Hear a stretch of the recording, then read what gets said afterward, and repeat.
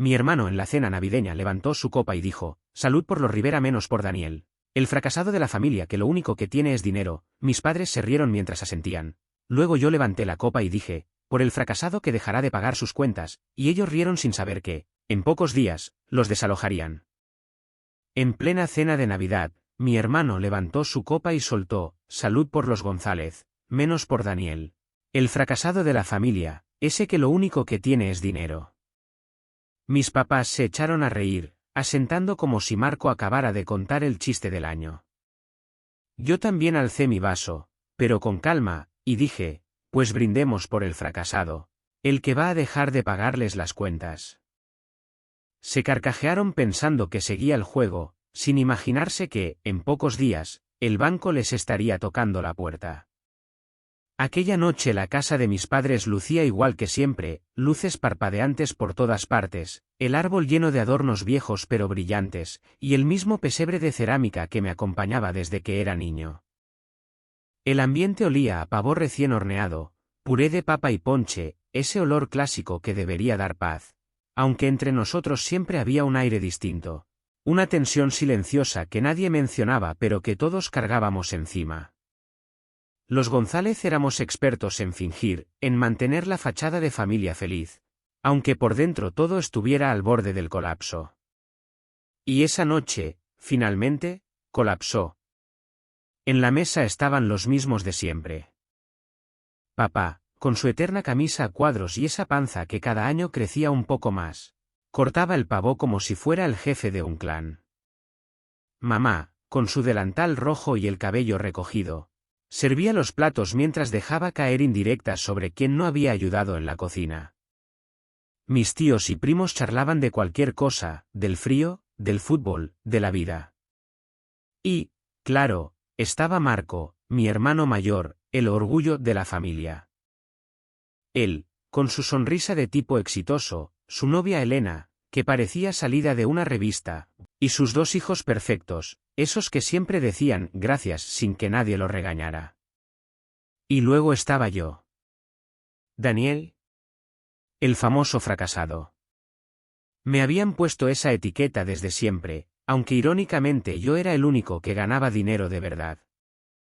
Mi negocio de repuestos de autos no me hacía rico, pero sí me daba para vivir sin pedirle nada a nadie. Mi depa, mi carro y unos cuantos ahorros. El problema, según ellos, era que no tenía pareja, ni amigos, ni vida social. Vivía para trabajar. Me levantaba a las 6, me acostaba a medianoche y pasaba el día revisando pedidos, cuentas, inventarios, haciendo crecer algo que había construido con mis manos. Pero para mi familia eso no valía nada. ¡Ay, pobre Daniel!, decían. Tan solito, tan aburrido. Mientras tanto, Marco era el héroe. Siempre rodeado de gente, de fiesta en fiesta, sin un centavo propio pero con aplausos asegurados. Su vida era puro humo, pero a todos les encantaba. Y yo, claro, era el que pagaba la fiesta. La lavadora que se rompía en casa de mis papás, yo la pagaba. La pintura del techo, lo mismo. La hipoteca de Marco, la escuela de los niños. Incluso esas vacaciones que se daban cada año como si tuvieran una cuenta bancaria secreta. Mis padres tampoco se quedaban atrás, cada mes les mandaba dinero porque su pensión no alcanzaba. Mientras ellos celebraban a Marco como el hijo ejemplar, yo era el tonto que sostenía todo sin recibir ni un gracias. La cena transcurría como siempre, entre risas y platos pasando de un lado a otro, cuando Marco decidió que era momento de hacerse notar. Tomó su copa de vino, vino que, por cierto, también salió de mi bolsillo, y golpeó suavemente el cristal con un cuchillo para llamar la atención. Un brindis, anunció con esa voz impostada que usaba cuando quería lucirse. Por los González, la mejor familia del mundo. Salud por todos, menos por Daniel, el fracasado que solo tiene dinero. Las carcajadas retumbaron de inmediato. Papá casi escupe el pavo de la risa. Mamá se secó una lágrima, fascinada. Mis tíos se rieron por compromiso, y Elena sonrió con esa expresión de yo no digo nada, pero igual me entretengo. Marco me clavó esa mirada suya, mitad lástima, mitad superioridad. ¿Ves, Daniel? Por eso nadie te quiere. Todo el día trabajando, sin novia, sin amigos. Qué triste. Y todos volvieron a reír. Sentí como se me apretaba algo en el estómago, pero no era tristeza. Era rabia. Una rabia vieja, acumulada, alimentada por años de comentarios, burlas y abuso disfrazado de cariño. Miré mi vaso de refresco, ni tomo alcohol, y eso también es motivo de burla, y lo levanté despacio. El silencio se formó de inmediato. Estaban listos para seguir riéndose de mí. Por el fracasado, dije. El que dejará de pagar sus cuentas. Las risas regresaron al instante. ¡Ay, Daniel, qué ocurrencia!, dijo mamá, dándome una palmadita. Papá asentía, orgulloso de que por fin hiciera chistes. Marco me miró como siempre, con esa ceja levantada que decía pobrecito, ni defenderse sabe. Pero lo mío no era un chiste. Yo ya lo tenía decidido. Llevaba meses pensándolo, y ese brindis suyo fue la gota que rebalsó el vaso. El fracasado tenía el único poder que ellos jamás imaginaron, el control del dinero que los mantenía a flote. Y estaban a punto de sentir lo que era caer sin red. La cena siguió como si nada. Hablaron del clima, del plan para llevar a los niños a ver a Santa, del precio del supermercado. Yo masticaba mi pavo y sonreía como si fuera parte de la conversación, pero por dentro estaba contando las horas. Ellos pensaban en compras navideñas, regalos y gastos, confiados en que yo cubriría todo como siempre. Pero yo estaba planeando algo muy distinto. El día en que los González dejarían de tener su cajero automático personal. Y no sería bonito. Cuando me despedí y me subí a mi carro, miré la casa por el retrovisor. Las luces navideñas seguían brillando, dando esa imagen de perfección que tanto les gusta mostrar. Pero yo sabía que dentro ya se estaba formando la grieta final. Y yo sería quien la abriera por completo. Al llegar a mi departamento, revisé el calendario en mi teléfono. Era ya madrugada del 25. En 5 días, el 30, vencía el pago de la hipoteca de Marco. Mis padres esperarían su depósito el 1 de enero, como cada mes. Siempre me escribían el 28 o 29 con el mismo tono, victimismo disfrazado de cariño. ¿Nos ayudas este mes, Daniel? Ya sabes que la pensión no alcanza. Marco ni eso hacía. Él simplemente dejaba que Elena me llamara con voz dulce. Daniel, estamos un poco apretados, ¿nos echas una mano? Pero esta vez, no habría nada para nadie. Ni un centavo. Eso fue lo que decidí. Y no era una reacción impulsiva, ni un arranque de enojo por la cena de Navidad. Llevaba meses rumiando la idea, dándole vueltas en mi cabeza mientras seguía financiando las vidas de todos. Pero esa noche, con el brindis de Marco, simplemente tuve el empujón que me faltaba para dar el paso final. Cada transferencia que hacía, cada depósito automático que salía de mi cuenta, me dejaba la sensación de que me arrancaban un pedazo de dignidad.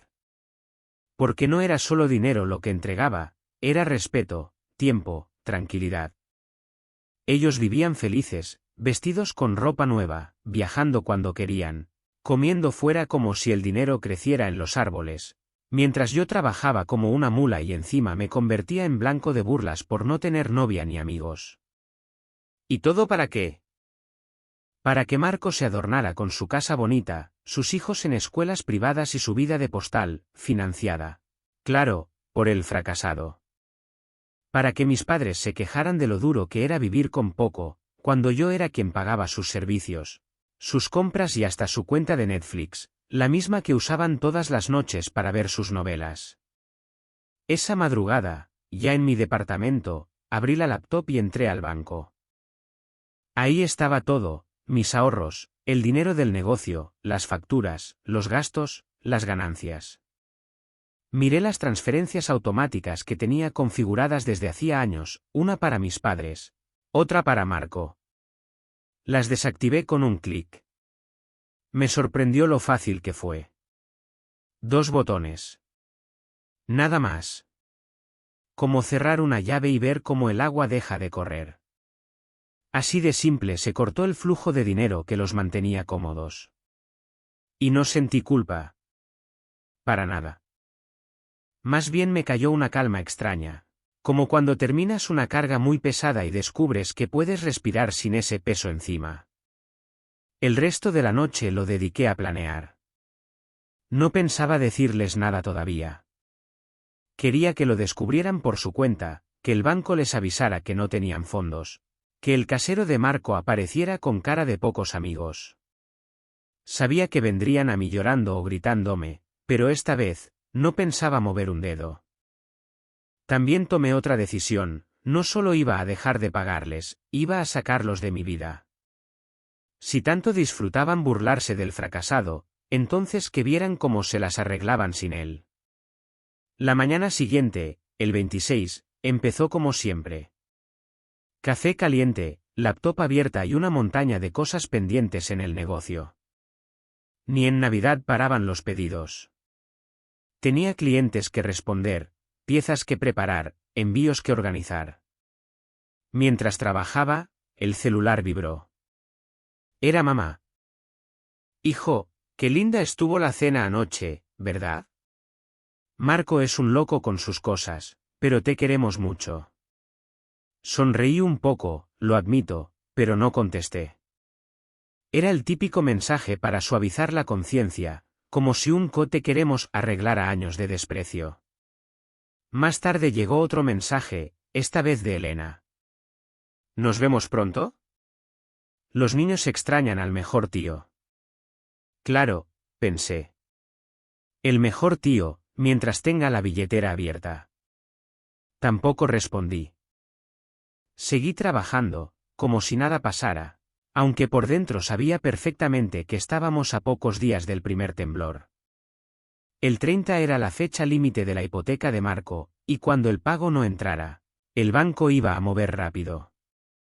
Unos días de gracia, tal vez, pero nada más.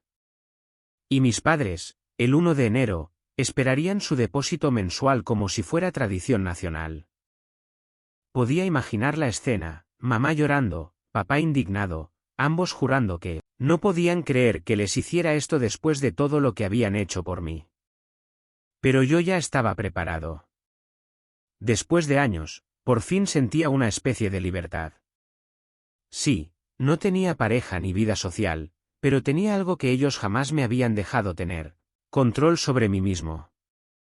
Y pronto iban a ver que el fracasado no era tan inútil como aparentaba. Los días posteriores pasaron volando, como cuando esperas el final de algo grande. El 26 y el 27 los dediqué a trabajar sin parar, organizando envíos, atendiendo clientes, asegurándome de que el negocio siguiera firme. El 28, el tono cambió. Recibí un mensaje de papá. Hijo, ¿cuándo mandas lo del mes? Ya sabes que el 1 es feriado y los bancos se ponen lentos con estas fechas. No contesté. Una hora después, mamá llamó. No atendí, pero dejó un mensaje de voz. Daniel, ¿estás bien? No hemos sabido de ti. Llámanos cuando puedas, ¿sí? Su tono era esa mezcla de dulzura y manipulación emocional que siempre le funcionaba. Pero conmigo, esta vez, no. Apagué el teléfono y seguí revisando un pedido grande que había entrado esa mañana. El 29 la situación se volvió más seria. Marco me escribió directamente. Oye, ¿qué pasa contigo? Elena dice que no contestas y mamá está preocupada. ¿Ya hiciste la transferencia o no? Ahí estaba. La primera señal de pánico. Él sabía que siempre pagaba unos días antes para evitar problemas. Y ahora no sabía qué hacer. Lo ignoré. Me imaginé su cara de enojo, de confusión, ese gesto suyo de niño malcriado cuando algo no le sale. Seguro estaba en su casa, con Elena tratando de calmarlo y los niños jugando, pensando que yo seguiría siendo el idiota de siempre. El 30 llegó como un balde de agua fría. Me levanté temprano, preparé mi café y revisé mis cuentas. Todo en orden. Me senté frente a la laptop y esperé. A las 9 de la mañana, el celular comenzó a explotar de llamadas. Mar. 3 veces seguidas. Después un mensaje. Daniel, contesta. Esto no es broma. El banco mandó un aviso. El pago no entró, ¿qué pasa? 10 minutos después, Elena dejó un mensaje. Daniel, por favor. Llame. El banco dice que mañana nos cortan todo si no pagamos. Yo no moví ni un dedo. Me quedé sentado, tomando mi café, viendo cómo el mundo perfecto que ellos creían tener empezaba a agrietarse. A mediodía, mis padres se unieron al caos. Mamá, llorando. Hijo, ¿qué estás haciendo? Necesitamos el dinero. Por favor, no nos hagas esto. Papá, con su tono fuerte de siempre. Daniel, esto no se juega. Llámanos ya o voy a tu casa. Y el 31, víspera de Año Nuevo, fue cuando todo reventó. Pensé que se pasarían el día haciendo llamadas al banco, buscando prestado o intentando calmar la tormenta, pero estaba equivocado. A las 3 de la tarde, mientras revisaba unas facturas en la sala, alguien tocó el timbre como si quisiera arrancarlo de la pared. Me acerqué a la ventana para ver qué estaba pasando abajo, y ahí estaban todos, Marco, Elena, mis padres e incluso los niños, todos amontonados frente a la entrada del edificio como si hubieran llegado en estampida. Marco tenía la cara encendida, parecía que había pasado todo el camino gritando, y mi papá golpeaba la puerta con el puño como si fuera a tirarla. Mamá, un poco más atrás, tenía los brazos cruzados, y Elena sostenía al más pequeño mientras el otro se movía inquieto alrededor de ellos. No tenía forma de escaparme, así que terminé abriendo la puerta. En cuanto puse un pie afuera, Marco prácticamente se me echó encima. ¿Qué te ocurre, Daniel? ¿Te volviste loco o qué? Soltó, tan cerca de mi cara que aún se le notaba el olor a café, seguramente tomado para tranquilizarse. El banco no deja de llamarme. Dicen que mañana me quitan la casa si no pago. Mi papá se metió de inmediato en la discusión. Explícate, carajo. ¿Por qué no mandaste el dinero? Dependemos de ti, dijo, mientras mamá, a cierta distancia, empezaba a llorar y repetía entre sollozos, hijo, ¿cómo nos haces esto? ¿Qué te hicimos? Elena simplemente me miraba como si yo fuera una mala persona por naturaleza. Yo intenté mantener el control. No voy a seguir pagando, solté al fin, cruzando los brazos. Se terminó. Marco se quedó quieto un momento, como si las palabras no le entraran en la cabeza, y de pronto volvió a explotar. ¿Qué significa eso de se acabó? Tengo hijos, Daniel. Una familia. Mi papá dio un paso adelante, señalándome con el dedo. ¿Y nos haces esto por una estupidez que pasó en la cena? Eres un egoísta, eso eres. Después de todo lo que hicimos por ti, ¿nos dejas así, tirados? Ahí perdí la paciencia. ¿Todo lo que hicieron por mí? ¿Burlarse porque no tengo novia? ¿Vivirse mi dinero mientras Marco lo quema en fiestas?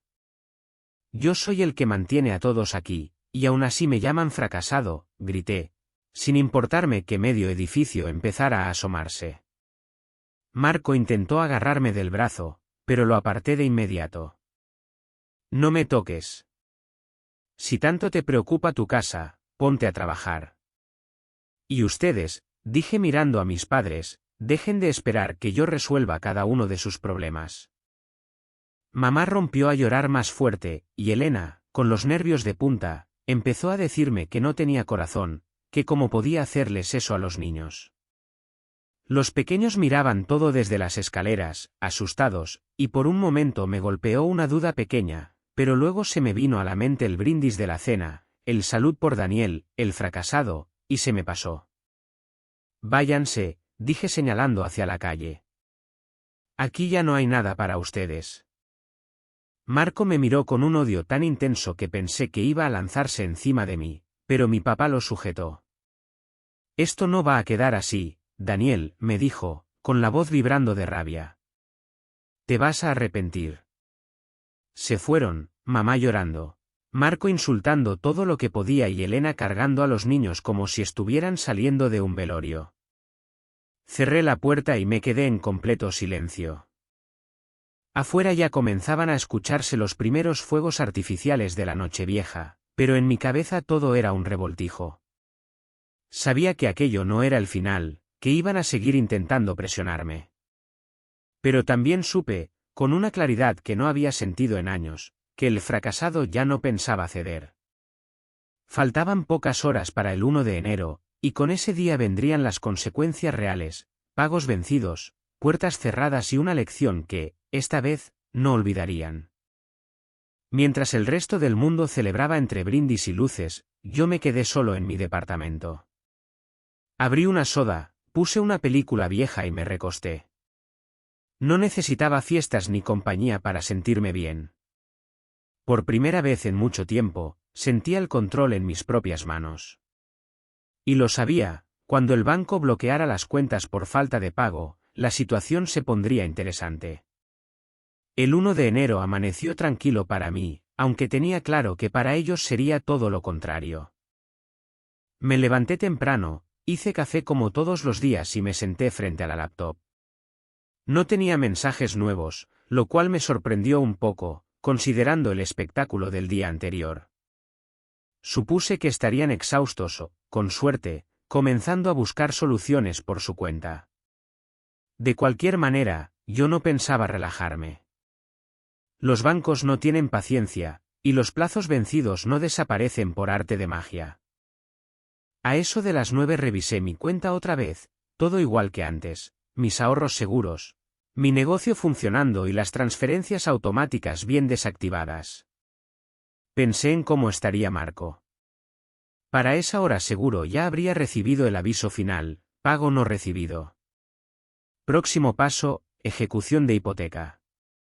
Lo imaginé al teléfono, discutiendo con algún empleado que ya no podía hacer nada. Elena estaría a su lado, con esa cara que pone cuando se siente perdida, y los niños, confundidos, tratando de entender por qué sus papás estaban tan tensos. En casa de mis padres la situación no debía ser distinta. Sin mi depósito mensual, no tenían cómo pagar los servicios ni la comida.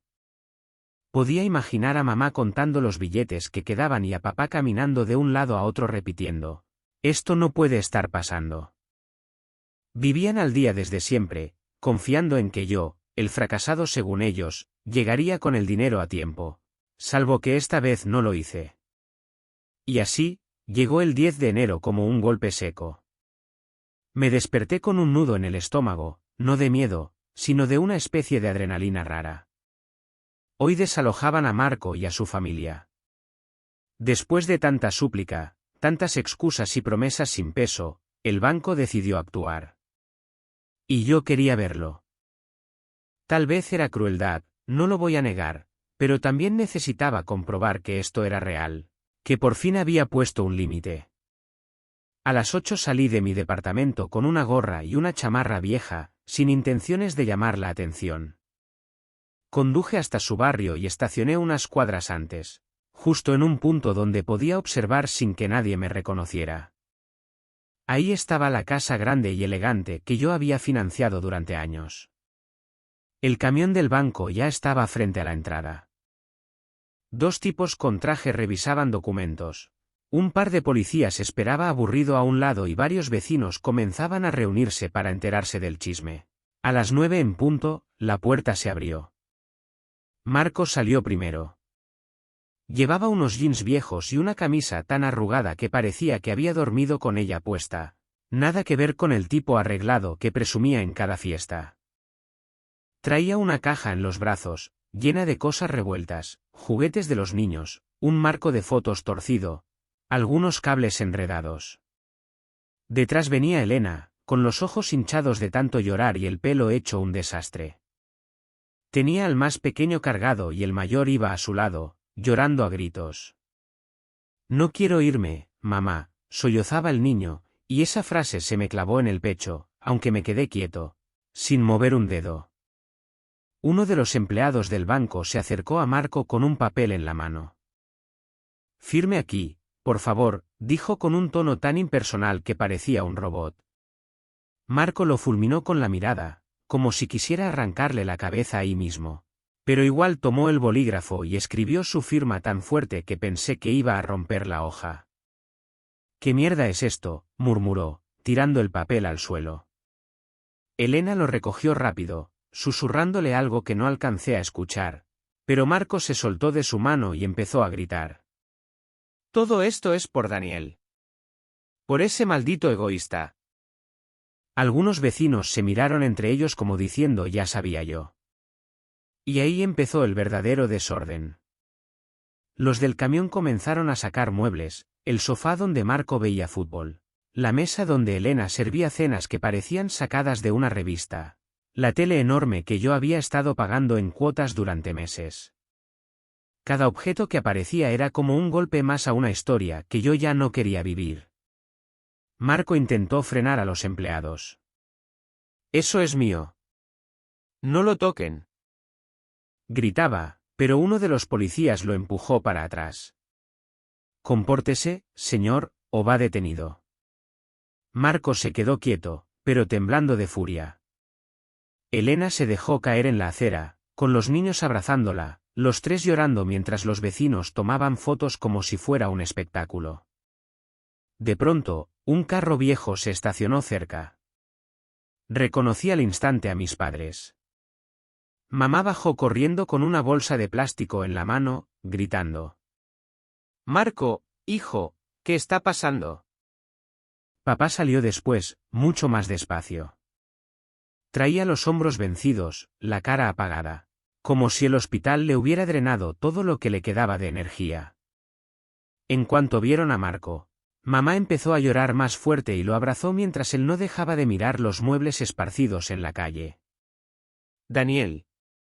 Gritó Marco, apuntando hacia el aire, como si yo estuviera enfrente. Él hizo esto. Ese fracasado nos dejó sin casa.